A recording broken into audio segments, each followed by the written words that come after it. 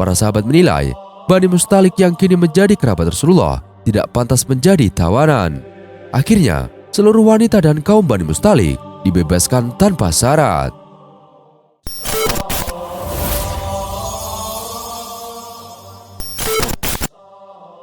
Assalamualaikum warahmatullahi wabarakatuh. Sahabat beriman yang dirahmati Allah Subhanahu wa Ta'ala, sebelum melanjut ke videonya, jangan lupa untuk like, subscribe, dan tekan tombol notifikasi. Istri Nabi Muhammad SAW disebutkan dalam Sirah Nabawiyah berjumlah 11 perempuan. Jumlah yang banyak itu bukan tanpa alasan dilakukan oleh Rasulullah. Sebaliknya, setelah Rasulullah menikahi istri-istrinya, turunlah surat An-Nisa ayat 3. Jika kamu merasa khawatir tidak akan mampu berlaku adil terhadap hak-hak perempuan yang yatim jika kamu menikahinya, nikahilah perempuan lain yang kamu senangi, 2, 3, atau 4.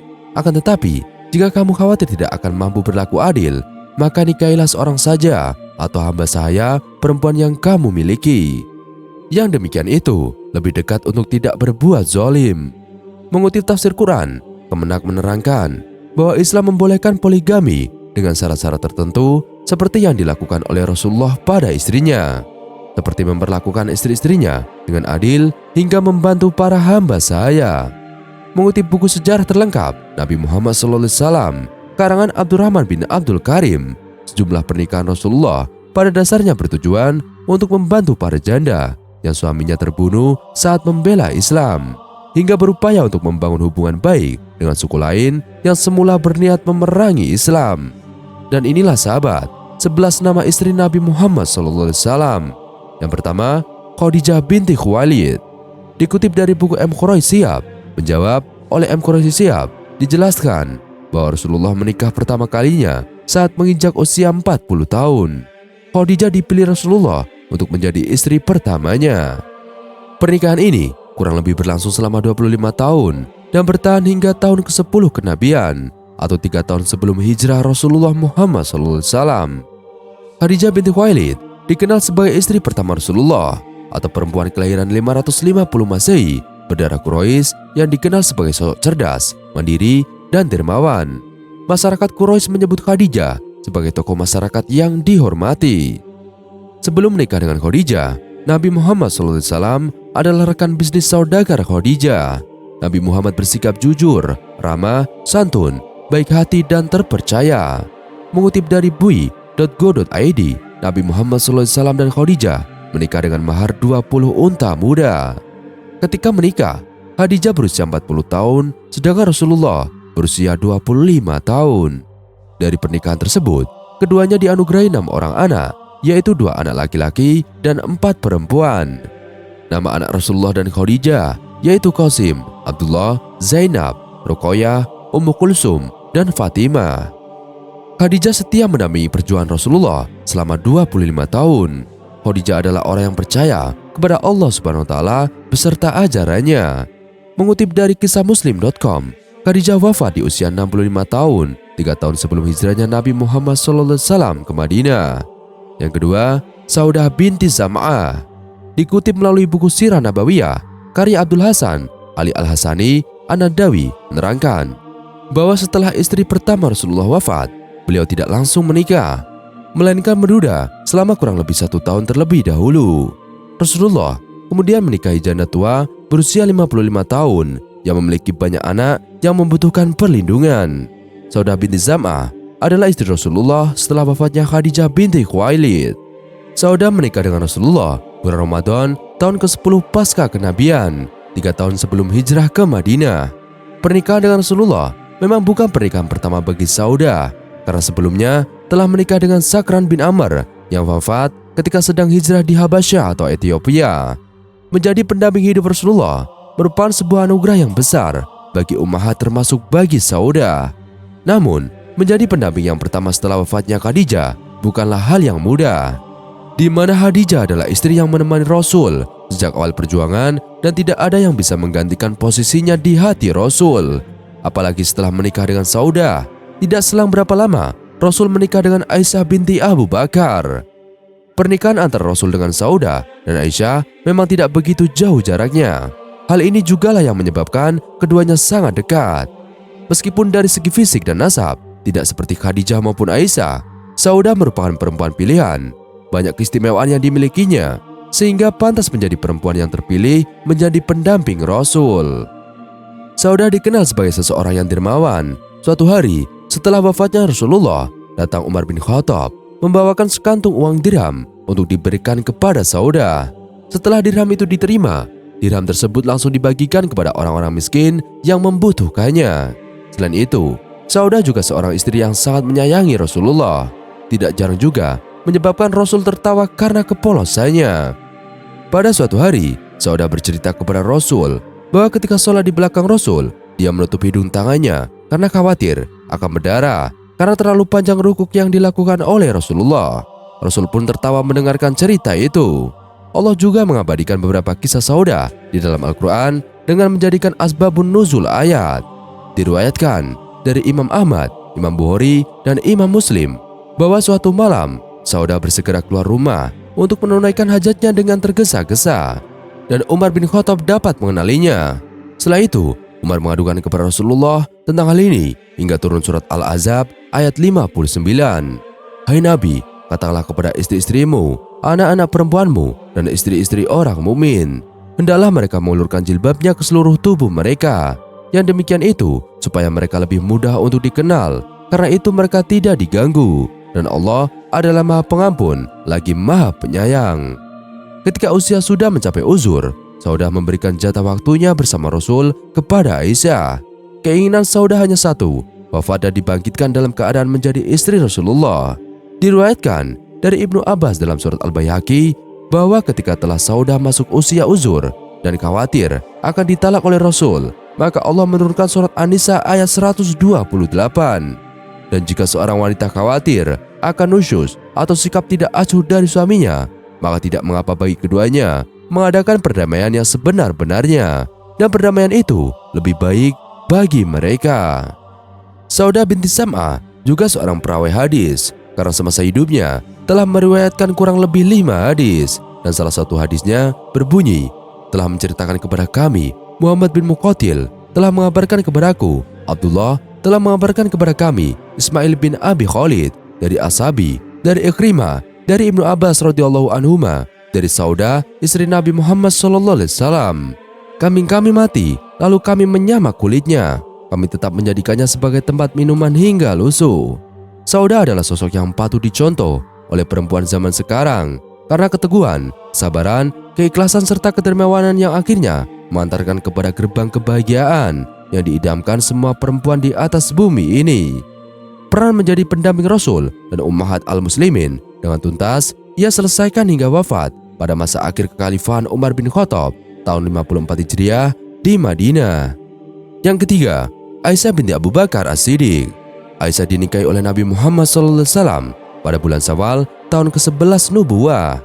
Selang setahun setelah beliau menikahi Saudah, di antara istri-istri Rasulullah, hanya Aisyah yang diperistri saat masih gadis.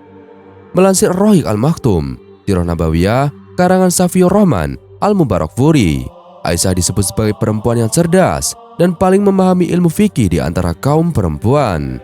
Satu-satunya istri Nabi Muhammad SAW yang dinikahi dalam status perawan adalah Aisyah binti Abu Bakar. Ia adalah istri kesayangan Rasulullah dan kerap dijadikan sumber otoritatif terkait hadis dan pengetahuan fikih dalam Islam. Aisyah dikenal sebagai perempuan cantik dan cerdas, ingatannya kuat, dan ia kritis dalam memandang suatu perkara yang terjadi di masanya. Sampai ia meninggal, Aisyah menyumbang riwayat sebanyak 242 hadis sebagai warisan pengetahuan Islam. Aisyah lahir sekitar 4 atau 5 tahun setelah masa kenabian. Kemudian ia dinikahi Nabi Muhammad SAW pada usia 6 tahun dan memasuki rumah tangga Rasulullah sejak usia 9 tahun. Sebagaimana disebutkan di Sahih Bukhari dan Muslim, ketika dinikahi Nabi, Aisyah menjadi istri ketiga beliau setelah Khadijah dan Saudah binti Zam'ah. Julukan terkenalnya adalah Al-Humairah, yang artinya kemerah-merahan. Dari julukan itu, Rasulullah menggambarkan bahwa kulit Aisyah putih dan pipinya kemerah-merahan. Selain fisiknya cantik, Aisyah juga cerdas menyerap pengetahuan. Karena itulah, sahabat Nabi Abu Musa al-Asy'ari menyatakan, Tidaklah kami para sahabat Nabi Muhammad SAW bingung. Dalam suatu hadis, niscaya kami bertanya kepada Aisyah, dan pasti kami dapati pengetahuan padanya tentang hal itu. Karena kecerdasan dan keistimewaan Aisyah itulah, Rasulullah menjadikannya sebagai sosok perempuan yang paling ia cintai dalam hidupnya. Hal ini tergambar dalam hadis yang diriwayatkan Amr bin As ketika bertanya pada Nabi Muhammad SAW, "Wahai Rasulullah, siapakah manusia yang paling engkau cintai?" Beliau menjawab, "Sayyidah Aisyah." Kalau dari kalangan laki-laki, tanya Amr lagi. Rasulullah menjawab, "Ayahnya, yaitu Abu Bakar As-Siddiq." Hadis riwayat Bukhari dan Muslim. Dalam hal kekritisannya, Aisyah menyampaikan protes pada hadis yang diriwayatkan Abu Hurairah yang berbunyi, "Seorang perempuan masuk neraka karena ia memberikan kucing betina kecil kehausan." Ketika mendengar riwayat itu, Aisyah berkomentar pada Abu Hurairah, "Apakah Allah akan menghukum seseorang karena seekor kucing?" "Wahai Abu Hurairah, lain kali jika meriwayatkan hadis Nabi, berhati-hatilah," kata Aisyah, sebagaimana dikutip dari buku Women and Islam. Saking cerdasnya, bahkan sahabat-sahabat Nabi Muhammad SAW mengakui otoritas Aisyah dalam mengomentari berbagai disiplin ilmu di masa itu. "Aku tidak pernah melihat perempuan yang lebih cerdas dalam bidang kedokteran, fikih, dan syair selain Sayyidah Aisyah," ujar Urwah bin Zubair. Setelah hidup selama 63 tahun, Aisyah wafat pada Senin malam 17 Ramadan 58 Hijriah atau sekitar 13 Juli 678 Masehi. Ia dikebumikan di pemakaman Baqi dan jenazahnya diimami Abu Hurairah dan Marwah bin Hakam yang saat itu adalah gubernur Madinah. Yang keempat, Hafsah bin Umar bin Al-Khattab. Rasulullah Muhammad SAW melakukan pernikahan dengan Hafsah pada tahun ketiga setelah hijrah. Menurut keterangan Sirah Nabawiyah, Hafsah merupakan janda dari Kusnais bin Huzaifah Az-Zahmi yang gugur ketika berperang melawan kaum kafir Quraisy. Hafsah binti Umar radhiyallahu an merupakan istri keempat Rasulullah SAW. Ia merupakan putri dari Umar bin Khattab radhiyallahu an. Merujuk dari buku agungnya Taman Cinta Sang Rasul karya Ustadz Aziza Hefni, setelah menikah dengan Aisyah radhiyallahu anha, Rasulullah menikah dengan Hafsah binti Umar radhiyallahu an. Pernikahan ini bertujuan untuk mengkaitkan tali persaudaraan antara Rasulullah dengan Umar bin Khattab.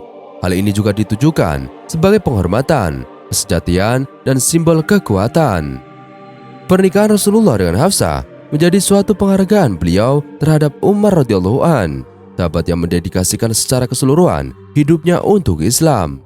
Terlebih, Hafsah radhiyallahu anha merupakan seorang janda dari Mujahid dan Muhajir. Kusnais bin Huzaifah Az-Zahmi yang sangat dihormati, berjasa, dan dikasihi oleh Rasulullah. Hafsah radhiyallahu anha adalah seorang wanita berkulit hitam seperti ayahnya. Ia adalah wanita yang tegas, pemarah, dan bersedia menggeletak orang lain. Sangat mirip dengan tabiat ayahnya, namun ia adalah wanita yang sangat baik. Ia adalah wanita yang solihah, yang sangat taat pada agama. Sebagai istri Rasulullah SAW, hubungan Aisyah dan Hafsah tidaklah ada masalah. Keduanya selalu bekerja sama mengatur rumah tangga mereka dengan Rasulullah. Mereka juga selalu bersepakat dan bertukar pikiran tentang pengaturan rumah Rasulullah. Mereka seperti dua sahabat yang selalu memberikan masukan terbaik satu sama lain dalam urusan rumah tangga dan juga agama. Namun, mereka tetaplah wanita yang tidak dengan mudah membagi hati mereka. Baik Aisyah radhiyallahu anha ataupun Hafsah radhiyallahu anha sama-sama berlomba-lomba untuk menjadi istri Rasulullah yang paling unggul. Mereka yang bisa dikatakan sebaya selalu berlomba-lomba menarik perhatian Rasulullah lewat sikap-sikap terbaik sebagai seorang istri. Sebenarnya, Umar bin Khattab radhiyallahu an amatlah tahu bahwa Sayyidah Aisyah mendapatkan kedudukan tinggi di hati Rasulullah. Mereka juga tahu siapapun yang menyebabkan kemarahan Aisyah, maka sama halnya dengan menyebabkan kemarahan Rasulullah. Siapapun yang ridho terhadap Aisyah, berarti ridho terhadap Rasulullah. Karena itu, Umar radhiyallahu an berpesan kepada putrinya agar selalu menghormati dan membina hubungan yang baik dengan Aisyah. Hafsah diminta untuk menjaga tingkah lakunya di depan Aisyah agar tidak terjadi hal-hal yang tidak diinginkan. Hafsah pun bergabung dengan istri-istri Rasulullah dan Ummahatul Mukminin yang suci, yaitu Aisyah radhiyallahu anha. Di dalam rumah tangga nubuwah ada istri selain Hafsah radhiyallahu anha, yakni Saudah dan Aisyah radhiyallahu anha. Dengan usaha yang besar, Hafsah mencoba mengerti betapa penting posisi Aisyah seperti yang dipesankan ayahnya kepadanya.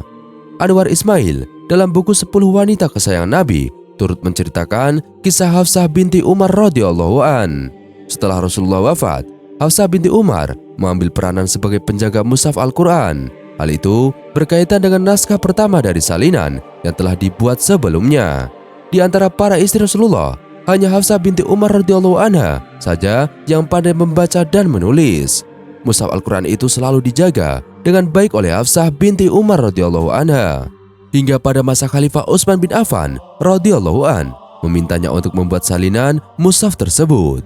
Sebelum meninggal dunia, Hafsah binti Umar radhiyallahu an mewasiatkan mushaf pertama itu kepada Abdullah bin Umar, seorang pemuda yang senantiasa meneladani Rasulullah SAW.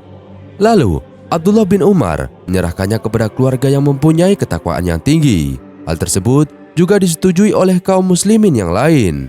Semasa hidupnya, Hafsah binti Umar radhiyallahu anha telah berhasil meriwayatkan hadis Rasulullah sebanyak 60 hadis. Yang kelima, Zainab binti Khuzaimah. Zainab dahulunya adalah istri dari Abdullah bin Jazi. Namun Abdullah bin Jazi mati syahid saat melakukan perang Uhud yang terjadi 3 bulan setelah ia menikah dengan Zainab. Zainab binti Khuzaimah adalah istri Rasulullah yang bergelar Ummul Masakin atau ibunda orang-orang miskin. Zainab binti Khuzaimah berbeda dengan istri Nabi SAW lainnya yang bernama Zainab binti Jazi. Zainab memang sangat dikenal karena kebaikan hatinya dan sangat pemurah. Dia banyak menyantuni orang-orang miskin. Ummul Mukminin yang satu ini sangat dimuliakan sebagai salah satu istri Rasulullah SAW. Kebersamaannya dengan Rasulullah sebagai suami istri juga tidak berlangsung lama. Zainab binti Khuzaimah adalah istri Rasulullah yang wafat setelah Khadijah radhiyallahu anha. Rasulullah SAW sendiri yang merawat jenazah Zainab saat wafat. Zainab memiliki nama lengkap yaitu Zainab binti Khuzaimah binti Haris bin Abdillah bin Amr bin Abdi Manaf bin Hilal bin Amir bin Sasos al-Hilaliyah. Ibunya bernama Hindun binti Auf bin Haris bin Hamatah. Zainab lahir sebelum tahun ke-13 atau sebelum Rasul mendapatkan kenabiannya.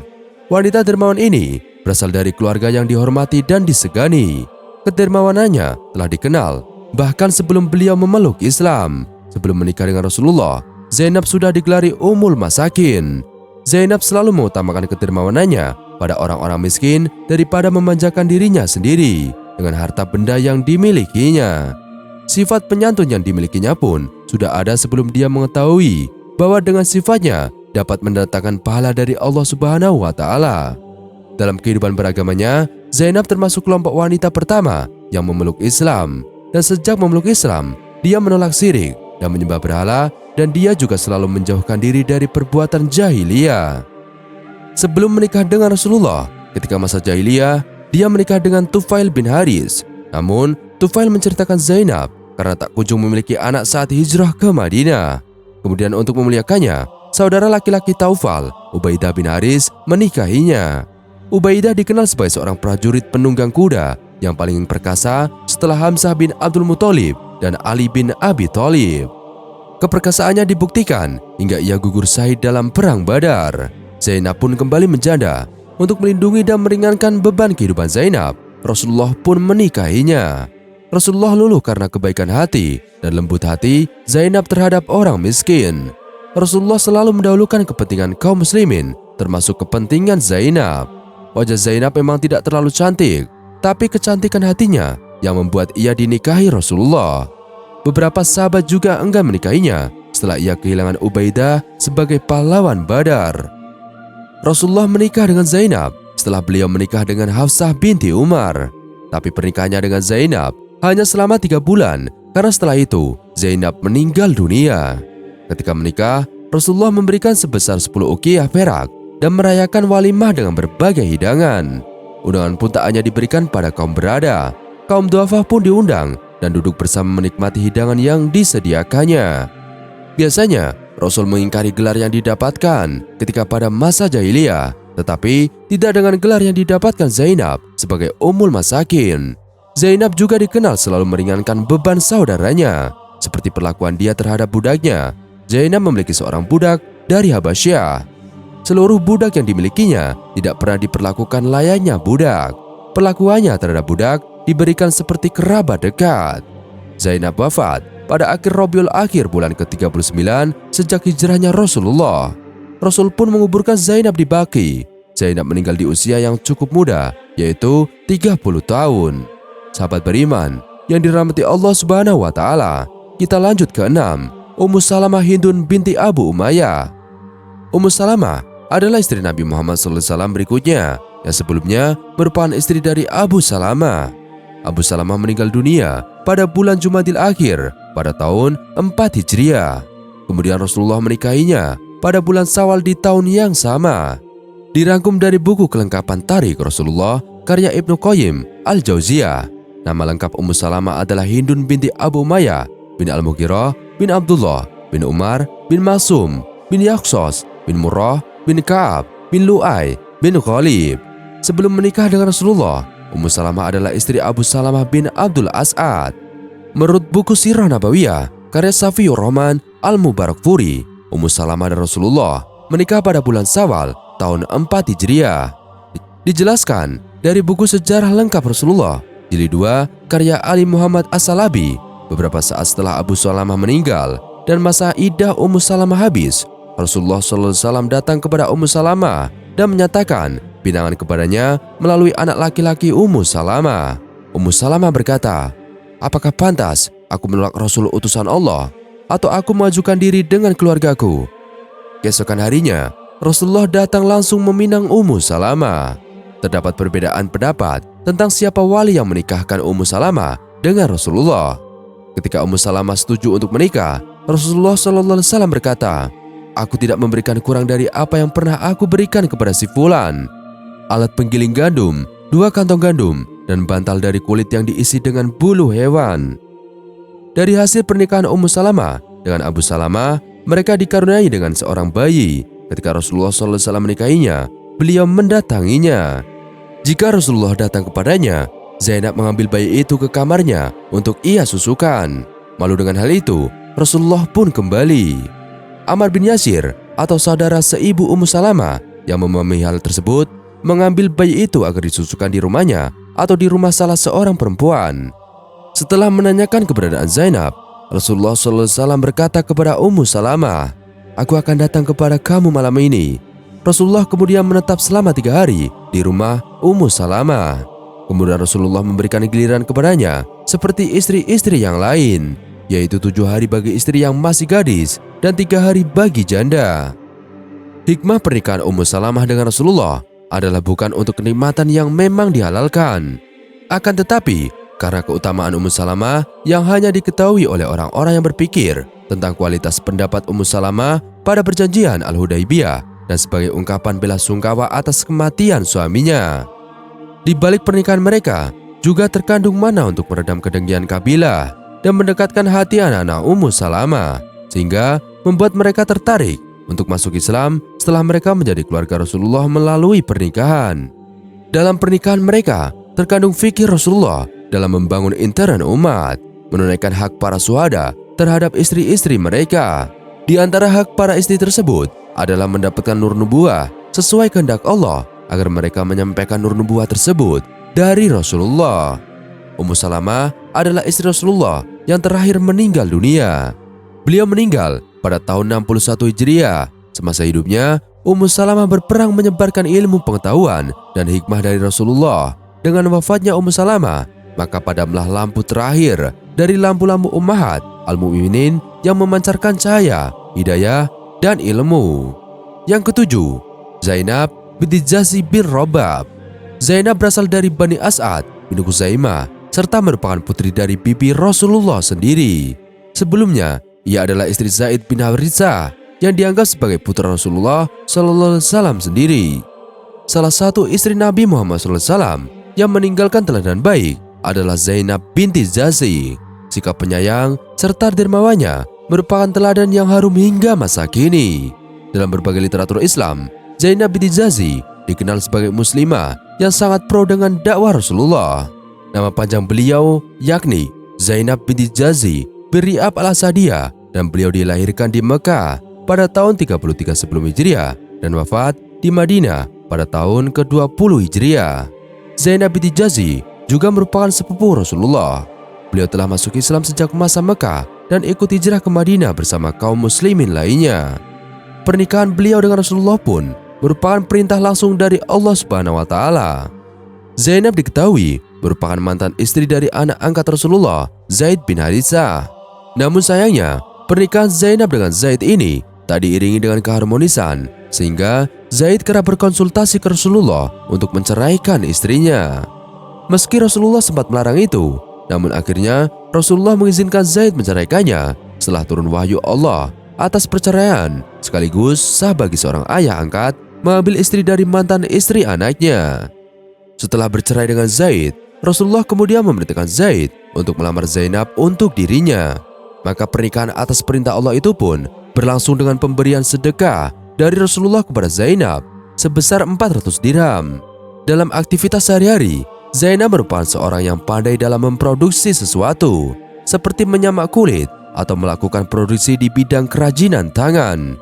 Dari hasil produksi tangannya, beliau mendapatkan rezeki dan kemudian kerap menyisihkan rezekinya tersebut kepada fakir miskin. Pada masa pemerintahan Sayyidina Umar bin Khattab radhiyallahu anhu misalnya, Zainab binti Jahsy mendapatkan jatah dari Baitul Mal yang dikelola oleh pemerintahan Khalifah Umar. Namun tak seperti kebanyakan manusia pada umumnya, Zainab rupanya memiliki sikap zuhud dari harta dan kerap menjadikan hartanya sebagai ladang amal untuk berbagi. Sikap dermawan dari Zainab ini juga kerap diceritakan oleh para kerabat dan perempuan yang ada di sekelilingnya.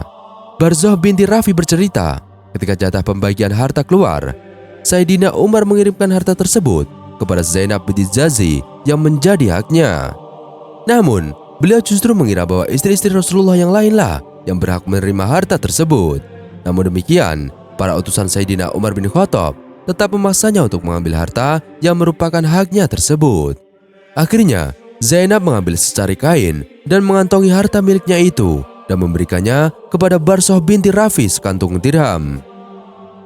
Beliau kemudian memerintahkan Barzah binti Rafi untuk membagikan harta tersebut kepada para kerabatnya, anak-anak yatim, serta kalangan duafa yang ada di sekitar wilayah tempat tinggalnya. Tak hanya harta untuk kaum duafa dan anak-anak yatim, Barzah binti Rafi pun tak luput dari pemberian harta milik Zainab. Sikap dermawan Zainab yang enggak menerima hak dan harta hasil jeripayahnya ini pun didengar oleh Khalifah Umar bin Khattab dan beliau mendoakannya. Tak hanya itu, saking dermawannya Zainab binti Jahsy semasa hidup Rasulullah memberikan julukan bagi istrinya itu sebagai orang yang panjang tangan. Artinya, tangan dan hatinya sangat mudah tergerak untuk memberi. Zainab binti Jahsy wafat di Madinah saat usia 53 tahun. Beliau merupakan istri Rasulullah yang paling pertama wafat setelah kematian Nabi Muhammad SAW. Zainab binti Jahsy dimakamkan di Zanatul Baqi. Semasa hidupnya, kedermawan Zainab binti Jahsy ini kerap mendatangkan pujian dari berbagai kalangan. Bahkan tak tanggung-tanggung, deretan istri Nabi pun tak segan memuji kedermawanan wanita tersebut. Berkat kedermawanannya, tak sedikit kalangan kaum miskin, anak yatim, dan duafa yang merasa terbantu dan tertolong atas uluran tangannya. Sikap dan teladan yang diberikan dari beliau masih sangat relevan dan ditiru bagi umat muslim masa kini. Bahwa kekayaan yang Allah berikan pada setiap hamba sejatinya adalah sebuah titipan dan juga ladang untuk terus memupuk amal dan keimanan. Yang kedelapan, Juwariyah binti Al-Haris. Ayah dari Juwariyah merupakan pemimpin Bani Mustalik dari Khuza'ah. Juwariyah tadinya adalah tawanan Sabi bin Qais bin Samas. Kemudian Rasulullah menebusnya lalu menikahinya pada bulan Sa'ban pada tahun 6 Hijriah. Juwariyah adalah salah satu istri Rasulullah yang mulia. Juwariyah adalah pemuka kaum Bani Mustalik. Nama aslinya adalah Burah bin Haris bin Abu Dirar bin Habib bin Aid bin Malik bin Juzaimah bin Mustalik bin Khuza'ah. Ayahnya Al-Haris adalah pemimpin Bani Mustalik. Juwariyah adalah sosok yang cantik, baik hati, dan luas ilmunya. Ia menikah dengan Musafi bin Safwan. Kehadiran Juwariyah adalah sebuah berkah bagi kaumnya. Karena keislamannya, seluruh kaumnya yang musyrik dan mengangkat senjata melawan Rasulullah turut masuk Islam. Aisyah radhiyallahu anha menggambarkan sosok Juwariyah. Aku tidak pernah melihat seorang perempuan yang berkahnya paling banyak bagi kaumnya dari Juwairiyah. Kisah Islamnya Juwairiyah tak lepas dari permusuhan Bani Mustalik kepada Islam. Haris bin Abu Diror yang menyembah berhala hendak menghalangi dakwah Rasulullah di Madinah. Mendengar Bani Mustalik siap mengangkat senjata, Rasulullah memerintahkan para sahabatnya untuk siap berjihad. Rasulullah menjadi panglima dalam perang Mustalak ini. Beliau menunjuk Abu Dzar Al-Ghifari sebagai wali sementara di Madinah. Kedua pasukan bertemu di daerah Muraisi bersama pasukan Muhajirin dan Ansor. Rasulullah berhasil mengalahkan Bani Mustalik. Suami Juwairiyah, Musawi bin Safwan, turut terbunuh dalam perang ini. Karena kalah perang, harta dan wanita Bani Mustalik, termasuk Juwairiyah, menjadi tawanan kaum muslimin. Rasulullah SAW pun membagikan tawanan wanita Bani Mustalik. Salah seorang di antaranya Juwairiyah binti Haris yang diserahkan pada Sabit bin Qais bin Samas. Karena Juwairiyah termasuk pemuka kaumnya yang merasakan kesedihan dan beban yang luar biasa akibat kekalahan Bani Mustalik. Suaminya terbunuh, ayahnya melarikan diri, dan kini dia beserta kaumnya menjadi tawanan kaum muslimin. Juwairiyah pun berinisiatif menemui Rasulullah. Dia menyampaikan segala keluh kesahnya dan meminta kebebasan. Saat mendatangi Rasulullah, Sayyidah Aisyah, seperti disebutkan Ibnu Sa'ad, merasa sangat cemburu dengan Juwairiyah. Hal itu karena sosok Juwairiyah yang dimuliakan kaumnya dan berani menemui Rasulullah untuk membicarakan kebebasannya.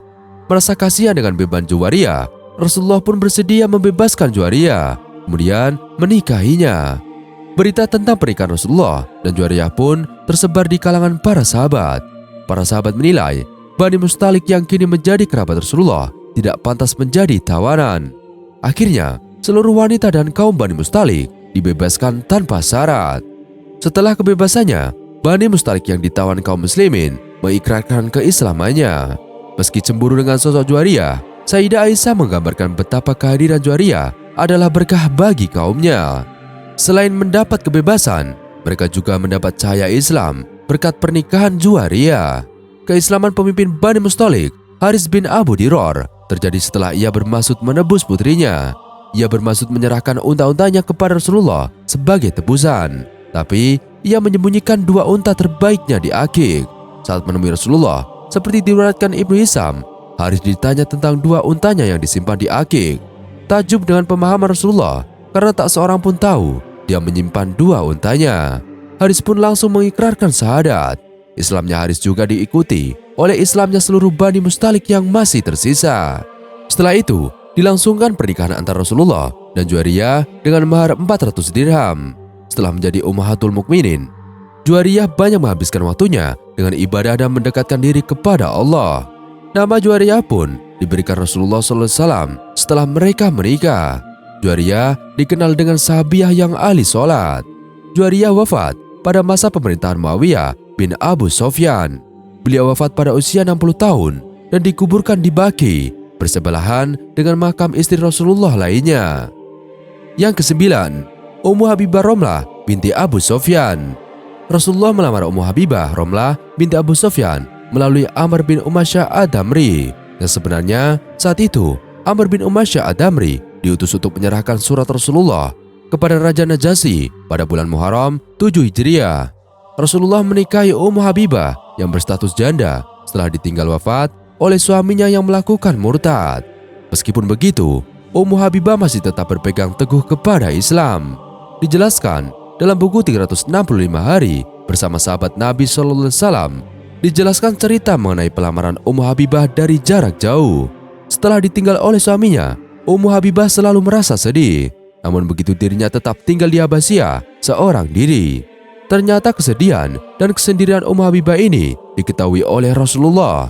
Setelah habis masa iddahnya, akhirnya Rasulullah meminta bantuan Raja Negus atau Raja Abbasiyah untuk meminangnya. Raja Negus mengutus pegawai perempuannya untuk menemui Ummu Habibah untuk menyampaikan surat pinangan Rasulullah kepadanya. Ia lantas menerima pinangan tersebut dengan senang, perasaan sangat bahagia.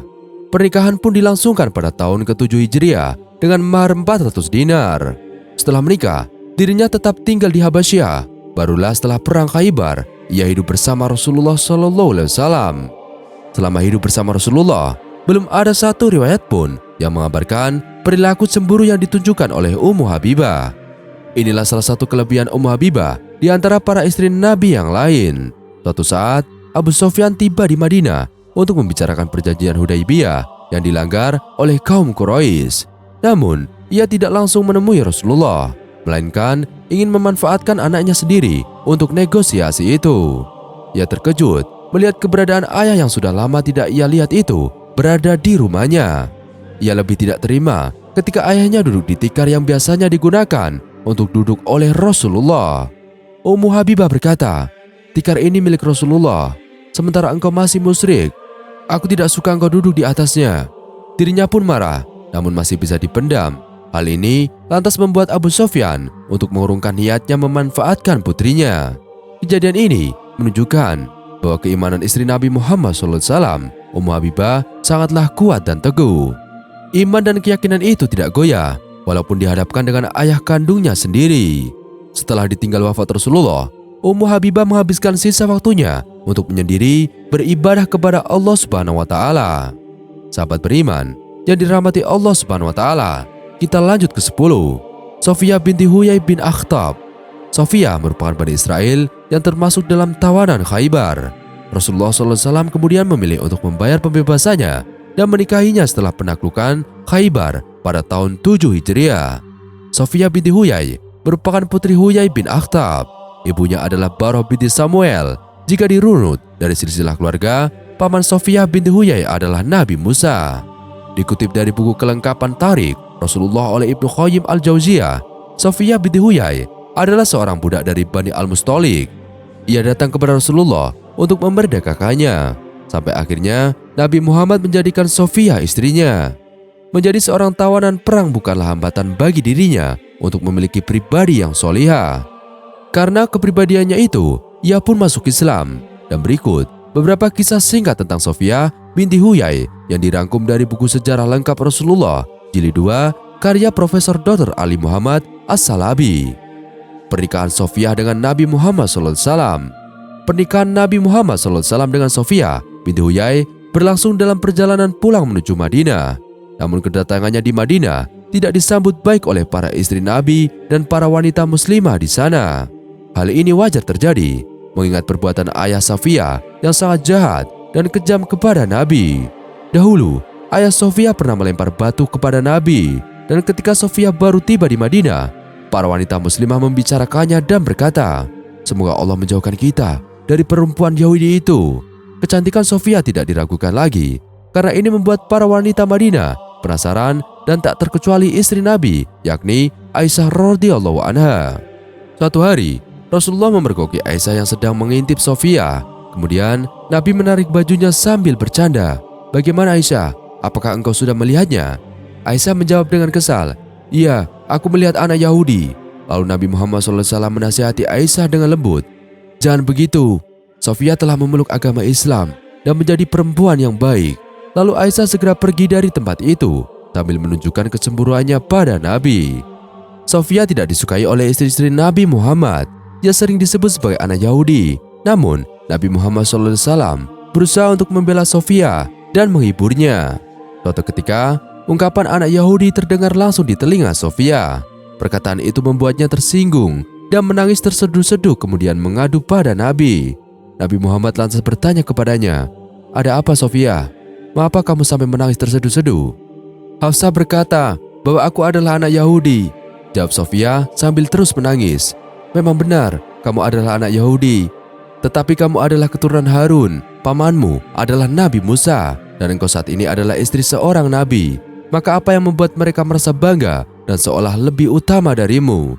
Kemudian Nabi menemui Hafsah dan berkata kepadanya, "Takutlah engkau pada Allah, wahai Hafsah." Sejak saat itu, Sofiyah merasa tenang. Setiap kali mendengar ejekan dari istri-istri Nabi, ia menjawab, "Bagaimana mungkin engkau bisa lebih baik dariku? Aku adalah keturunan Harun, suamiku adalah Nabi Muhammad SAW, dan pamanku adalah Nabi Musa alaihissalam." Yang ke-11, Maimunah binti Al-Haris. Maimunah adalah saudara dari Ummul Fadl, Lubabah bin Al-Haris. Rasulullah SAW menikahinya pada bulan Zulqa'dah 7 Hijriah saat umroh Qada. Setelah habis masa iddahnya, ia disebut sebagai wanita terakhir yang dinikahi oleh Rasulullah pada bulan Zulqa'dah.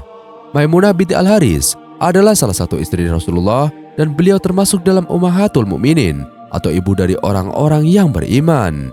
Ia adalah wanita yang secara ikhlas dan tulus menyerahkan dirinya kepada Nabi Muhammad SAW ketika keluarganya hidup dalam kebiasaan jahiliyah. Dikutip dari buku The Golden Stories of Ummahatul Mukminin oleh Ukaisah Habibu Ahmad, nama lengkap Maimunah sebelum masuk Islam adalah Bara binti Al-Haris bin Hazm bin Bujair bin Hazm bin Rabi'ah, sedangkan ibunya bernama Hindun binti Auf binti Haris bin Hamatah. Maimunah merupakan saudara seibu dengan istri Rasulullah yang lain, yakni Zainab binti Kuzaimah radhiyallahu anha. Maimunah lahir pada tahun 29 sebelum Hijriah. Beliau adalah saudara dari Ummu Al-Fadl bin Al-Haris, Salma bin Umais, dan Asma binti Umais. Ketiga saudaranya merupakan istri dari keluarga Rasul. Selain itu, Maimunah merupakan bibi dari Abdullah bin Abbas dan Khalid bin Al-Walid. Sebelum menikah dengan Rasulullah, Maimunah dinikahi Mas'ud bin Amr As-Sakafi, namun bercerai. Maimunah kemudian menikah lagi dengan Abu Ruhm bin Abdul Uzza dan kembali menjanda karena sang suami wafat. Sebelum menikah dengan Rasulullah, Maimunah mendapat firasat bahwa Allah akan menganugerahinya seorang suami yang akan menuntunnya ke surga. Firasatnya ternyata benar. Saat melaksanakan umroh, Rasulullah mengutus Ja'far bin Abi Thalib untuk menemuinya, dan Maimunah binti Al-Haris menyerahkan segala urusannya kepada suami adiknya, yakni Abbas bin Abdul, yang juga membantunya untuk menikah dengan Rasulullah. Pengantin baru ini menghabiskan malam pertamanya di daerah Sorof. Kisah pernikahan Maimunah binti Al-Haris ini diabadikan dalam Al-Quran pada surat Al-Ahzab ayat 50 yang berbunyi, "Dan wanita mukmin yang menyerahkan dirinya kepada Nabi kalau Nabi mau mengawininya sebagai pengkhususan bagimu, bukan untuk semua orang mukmin." Dan kehidupan pernikahan Maimunah binti Al-Haris dengan Rasulullah. Setelah menikah dengan Rasulullah, Maimunah menjalani hari-hari dalam ketaatan dan dipenuhi kebahagiaan. Tak heran jika ia termasuk tokoh wanita yang meriwayatkan sejumlah hadis Rasulullah. Pernikahannya dengan Nabi memberikan berkah luar biasa bagi Bani Hilal. Karena pernikahan ini, masyarakat Bani Hilal tertarik untuk memeluk dan termotivasi mempelajari agama Islam. Dikutip dari buku Wanita-Wanita dalam Al-Quran oleh Dr. Abdurrahman Umairah, saat kabar Rasulullah wafat, Maimunah menerimanya dengan hati yang pilu namun tetap tegar. Setelah wafatnya Rasulullah, beliau hidup sebagai wanita yang ahli ibadah. Maimunah binti Al-Haris hidup dengan 50 tahun kemudian. Seluruh waktunya ia jalani dengan penuh kesolihan, menyampaikan dakwah Rasulullah dan selalu mengenanginya sebagai junjungan dan guru seluruh umat muslim. Ia selalu bersujud kepada Allah, memohon kepadanya agar selalu diberikan petunjuk saat menjalankan segala kewajiban. Allah menjadikan Maimunah binti Al-Haris sebagai salah satu wanita-wanita solihah dan termasuk dalam salah satu wali Allah.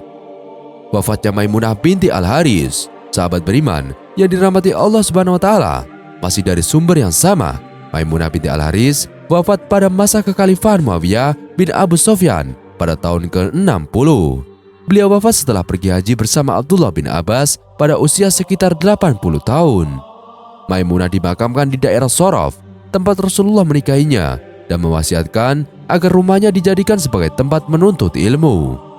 Beliau dimakamkan oleh Abdullah bin Abbas beserta Yazid bin Al-Azam, Abdullah bin Sadat, dan Abdullah Al-Kaulani. Dan itulah nama-nama istri Nabi Muhammad SAW yang perlu kita ketahui. Dengan mengetahui nama serta latar belakang kisahnya, semoga menambah wawasan keislaman kita. Wallahu a'lam bishawab. Sekian video kali ini. Kurang lebihnya kami mohon dimaafkan. Yang benar datanya dari Allah Subhanahu wa taala.